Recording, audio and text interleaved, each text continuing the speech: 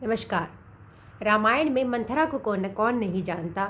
एक दासी है, एक कैकई की एक दासी मात्र है, लेकिन उसने पूरे इस कहानी को ही एक पूरी ही तरह से परिवर्तित कर दिया। एक नया मोड़ आ गया, कहानी में पूरा ही बदलाव ला दिया और वो इस प्रकार से कैकई को भड़काती है। तो ये प्रोसेस कैसे शुरू होता है, क्या होता है, वह हम इस वीडियो में जानेंगे। तो जैसे कि मैंने पहले वीडियो में आपको बताया, होता यह है कि मंथरा को जब कैकई के छत पर जाती है और वहाँ देखती है अयोध्या का नज़ारा, तो उसे लगता है कि ये हो क्या रहा है आखिर। जो दशरथ जी हैं, ऐसा क्या प्रयोजन होने वाला है कि नगर के सब लोग इतने उत्साहित हैं, हर जगह चंदन का जल का छिड़काव हो रहा है, ये सब हो क्या रहा है। तब वो किसी से पूछती है और उसे पता चलता है कि राम का राज्याभिषेक होने वाला है। अब इतनी बड़ी बात होती है।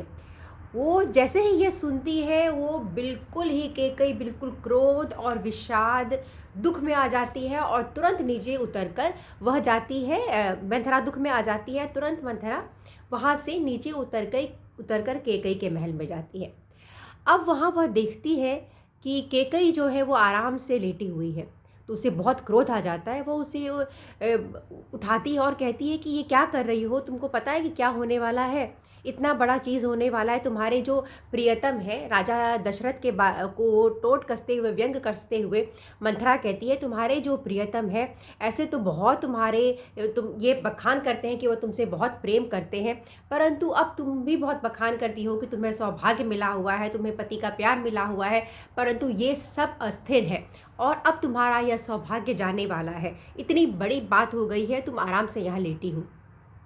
जब इस प्रकार मंथरा कहती है, और देखिए यहाँ पर मंथरा और कैकई का जो संबंध है वह वाल्मीकि जी ने जिस प्रकार से बताया है, वह यह ज्ञात होता है कि चूँकि मंथरा कैकई के मायके से आई थी, हालांकि उसके परिवार कौन था, किसकी बेटी थी, ये सब हमें कुछ जानकारी यहाँ नहीं मिलती है, परंतु मंथरा और कैकई में ऐसा तो संबंध था कि मंथरा एक दासी होते हुए भी रानी को इस प्रकार से कह सकती है उसी के पति के बारे में, और रानी उस बुरा नहीं मान रही है।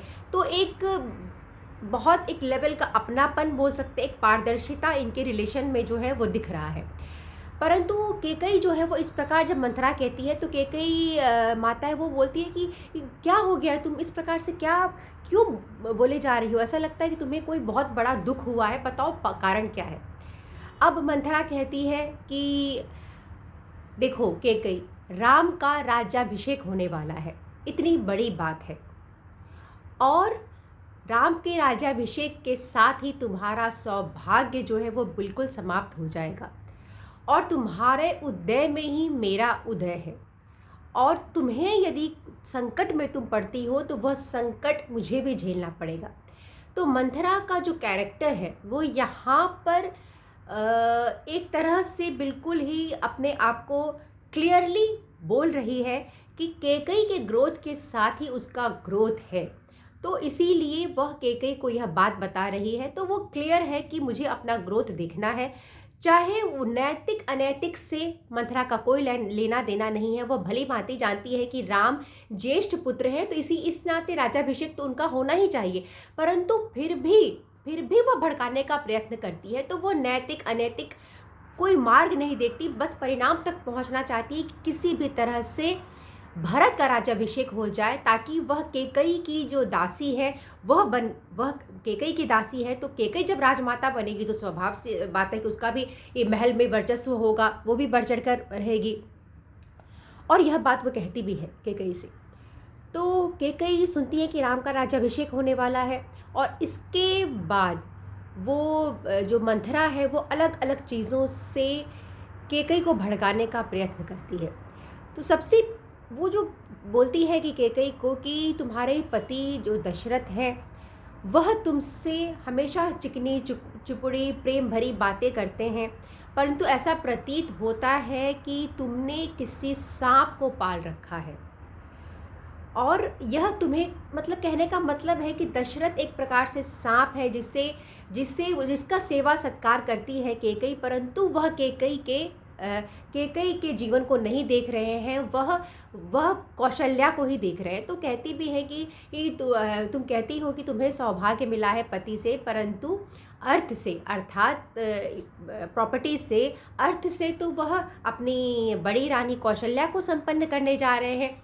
तो यह किस, कहने का मतलब है, वो भड़काती है कि यह किस प्रकार का प्रेम है जो वो प्रेम तुमसे करते हैं, परंतु अर्थ से, अधिकार से तो वह कौशल्या को संपन्न करने वाले हैं। और तुमको अभी इस बात में सजग हो जाना चाहिए। तुम कुछ भी युक्ति निकालो जिससे कि राम का राज्याभिषेक ना हो और यह जो गद्दी है तुम्हारे पुत्र भरत को प्राप्त हो जाए, जिससे तुम्हारा भी अभ्युदय हो और तुम्हारे साथ मेरा भी अभ्युदय हो। तो वो क्लियरली इसको प्रेजेंट करती है कि मुझे अपना भी प्रयोजन देखना है, और इस नाते भी मैं कह रही हूँ कि तुम्हारा जब प्रयोजन सिद्ध होगा तो मेरा भी प्रयोजन ऑटोमेटिकली सिद्ध हो जाएगा। और इस प्रकार से वो बहुत तरीके से उसे कहती है कि जब तुम यह नहीं देख रही हो कि राम तुम्हारे सौत का बेटा है। तो इस प्रकार से वह कहती है, परंतु कैकेयी का जो मन है, वो उन्होंने पहला जो शब्द कहा है कि राम का राज्याभिषेक होने वाला है, मंथरा जो आते ही बताती है, उस पर माता कैकेयी का मन अटक जाता है। और यह सब बातें उनके लिए बहुत ही छोटी उन्हें लगती हैं, और वह मंथरा से मंद मुस्कुराती है। मंथरा कहती भी है कि मैं तुम्हें इतना ज़रूरी बात बता रही हूँ, वो इतना बड़ा प्रयोजन है, और तुमको लग रहा है कि विस्मय हो रहा है और तुम मुस्कुरा रही हो, क्या हो रहा है। तब जो कैकेयी है वो बताती हैं कि मंथरा, वो बहुत खुश होती है और सबसे पहले मंथरा को एक दिव्य आभूषण भेंट में देती हैं और कहती हैं कि मुझे समझ नहीं आ रहा, तुमने इतना अच्छा शुभ समाचार सुनाया कि मैं इसके बदले तुम्हारा और कौन सा उपकार करूं। अब मंथरा को विस्मय होता है कि ये क्या कह रही है ये। कैकेयी कहती हैं कि देखो मंथरा, मेरे लिए भरत और राम में कोई भेद नहीं है, और राम का राज्याभिषेक की बात, इससे बढ़कर शुभ समाचार मेरे लिए दूसरा कोई नहीं हो सकता, क्योंकि मेरे लिए जैसे भरत है वैसे ही राम है। तो इस प्रकार से वो भड़काने का प्रयत्न कर रही है मंथरा, परंतु वो सौत का भी के बारे में बोलती है, उनके पति के बारे में बोलती है कि यह भी कहती है मंथरा यहाँ पर कि राजा दशरथ ने तुम्हें कुछ नहीं बताया, तुम्हारे पुत्र को जब इस अयोध्या में जब तुम्हारा पुत्र नहीं है, जब इस स्थान में नहीं है, तब राज्याभिषेक हो रहा है। तो वो बताना चाहती है कि मंथरा, तुमने राजघराने में जन्म लिया है कैकेयी, तुम एक राजा की बेटी हो, तुम एक राजा की पत्नी हो, परंतु फिर भी क्या तुम राजधर्म की उग्रता को नहीं जानती। अर्थात राजधर्म की उग्रता मतलब इतना उतावलेपन से जब कोई राजा कार्य करता है तो उसके पीछे कोई ठोस कारण होता है, तो तुम उस कारण को नोटिस नहीं करती हो, तुम कुछ राजनीति नहीं समझती क्या, जबकि तुम राजघराने में तुम्हारा जन्म हुआ है। तो इस प्रकार से बहुत सारे युक्ति, बहुत सारे जो कारण है वह मंथरा कैकेयी से कहती है और उसे भड़काने का प्रयत्न करती है। परंतु जो कैकेयी माता है वो न उस समय कौशल्या के वर्चस्व के बारे में सोच रही है, न ये सोच रही है कि दशरथ ने उन्हें क्यों नहीं बताया कि राम का राज्याभिषेक होने वाला है जब वह दशरथ की प्रिय रानी है। न वो यह सोचती है कि राम का राज्याभिषेक भरत के एब्सेंस में, भरत के अनुपस्थिति में क्यों हो रहा है, बल्कि उनका स्नेह राम के प्रति इतना है कि ये सब चीज़ें उनके लिए बिल्कुल गौण है, और वह इतनी प्रसन्न होती है कि दिव्य आभूषण तक वह मंथरा को भेंट कर देती है।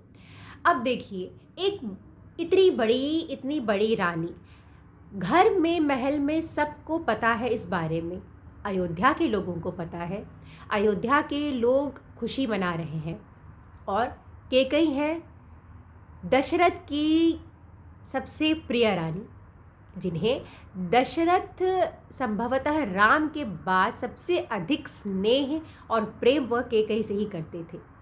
परंतु इतना बड़ा प्रयोजन होने वाला है घर में, कैकेयी को पता नहीं है। अयोध्या के सब लोगों को पता है, घर के सब लोगों को पता है, परंतु फिर भी कैकई उस बात का ज़रा भी बुरा नहीं मानती और वह प्रसन्न होती है। तो जब हम कैकई के ऊपर प्रश्न चिन्ह लगाते हैं तो हमें अपने अंतरात्मा में झांक कर देखना चाहिए कि क्या हम उस जगह पर होते तो क्या हमारे मन में यह विचार नहीं आता कि यह भरत की अनुपस्थिति में क्यों हो रहा है। तो हम किसी का भी के बारे में यह कह देना कि उसने बहुत गलत किया है यह आसान है, परंतु जो हम लोगों का भी जो हम लोगों का एक सोच है और जो कैकई का उस सोच है, वह कैकई का सोच बहुत ऊपर है, अभी तक भी बहुत ऊपर है। इतना होने के बावजूद भी वह राम का के लिए उनका स्नेह ज़रा भी कम नहीं हो रहा है और वह ज़रा भी शंकित नहीं है राम के राज्याभिषेक को लेकर। तो इस कहानी से क्या हमें लगता है कि जो देखिए मंथरा और कैकई का एक अपनेपन का रिलेशन है, वह ज़्यादा स्ट्रॉन्ग है कि कैकई का दशरथ जी के प्रति विश्वास का संबंध ज़्यादा स्ट्रॉन्ग है कि कैकई का राम के प्रति स्नेह ज़्यादा स्ट्रॉन्ग है। तो जब हम इन सभी रिलेशन पर, इन सभी चीज़ों पर ध्यान देंगे तो हम यह पाएंगे कि कहीं न कहीं अपनेपन से ऊपर विश्वास से ऊपर सबसे ऊपर स्थान जो है वह स्नेह का है, जो कैकई का राम के लिए है और जिसे वह व्यक्त करती हैं। तो उम्मीद करती हूँ कि मैं जो कहना चाह रही हूँ एक कथा के रूप में, एक भाव के रूप में, वो मैं आपको कह पा रही होंगी। और इसके आगे हम यह सुनेंगे कि जब मंथरा यह समझ जाती है कि कैकई का जो राम के प्रति बॉन्डिंग है, जो स्नेह है, वह बहुत स्ट्रॉन्ग है, इसे तोड़ना इतना आसान नहीं है, लेकिन वह भी अपना प्रयोजन को सिद्ध किसी भी तरह करना चाहती है, चाहे वो नैतिक हो चाहे वो अनैतिक हो। अब उसे ऐसा कुछ रीज़न स्ट्रॉन्ग देना पड़ेगा जिससे कि वह उसकी बुद्धि को भ्रष्ट कर सके, कैकई की बुद्धि को मत भ्रष्ट कर सके उनका, और ब्रेन वॉश कर सके एक तरह से। तो जो इतनी बड़ी रानी है माता कैकई, इतनी बुद्धिमान स्त्री हैं, उनका भी जो है वो आप कह लीजिए कि मत भ्रष्ट कर देती हैं एक छोटी सी एक निम्न दासी। और इसमें यह भी कहा जा सकता है कि एक प्रश्न यहाँ यह भी उभर कर आता है कि क्या किसी भी निम्न जिसका सोच छोटा हो, जिस व्यक्ति का जो सोच है वो छोटा हो जाए, तो क्या उसे अपने जीवन में इतना स्थान देना चाहिए कि वह हमारे जो पर्सनल लाइफ है उसमें आके इंटरफेयर करने लगे? तो क्या किसी को इतना ज़्यादा स्थान देना चाहिए कि वह हमारा ब्रेन वॉश कर दे? और यही कैकई के साथ भी होता है। इतनी बुद्धिमान स्त्री होते हुए भी वह धीरे धीरे अब मंथरा के चुंगल में फंसती जाएंगी। और ये जो एक प्रोग्रेस धीरे धीरे जो ये चीज़ करती है मंथरा, वो कैसे करती है? ये स्लो स्टेप है, इतना जल्दी कैकई के मन में उनका विचार चेंज नहीं होता। तो कैसे होता है यह मैं आपको अपने अगले वीडियो में बताऊंगी। मुझे सुनने के लिए और समय देने के लिए बहुत बहुत धन्यवाद। और यदि आपको मेरा कथा पसंद आ रहा होगा तो आप मेरे चैनल को सब्सक्राइब करिए, और जिन्होंने भी मेरे चैनल को सब्सक्राइब कर लिया है उन सभी सब्सक्राइबर्स को बहुत बहुत धन्यवाद।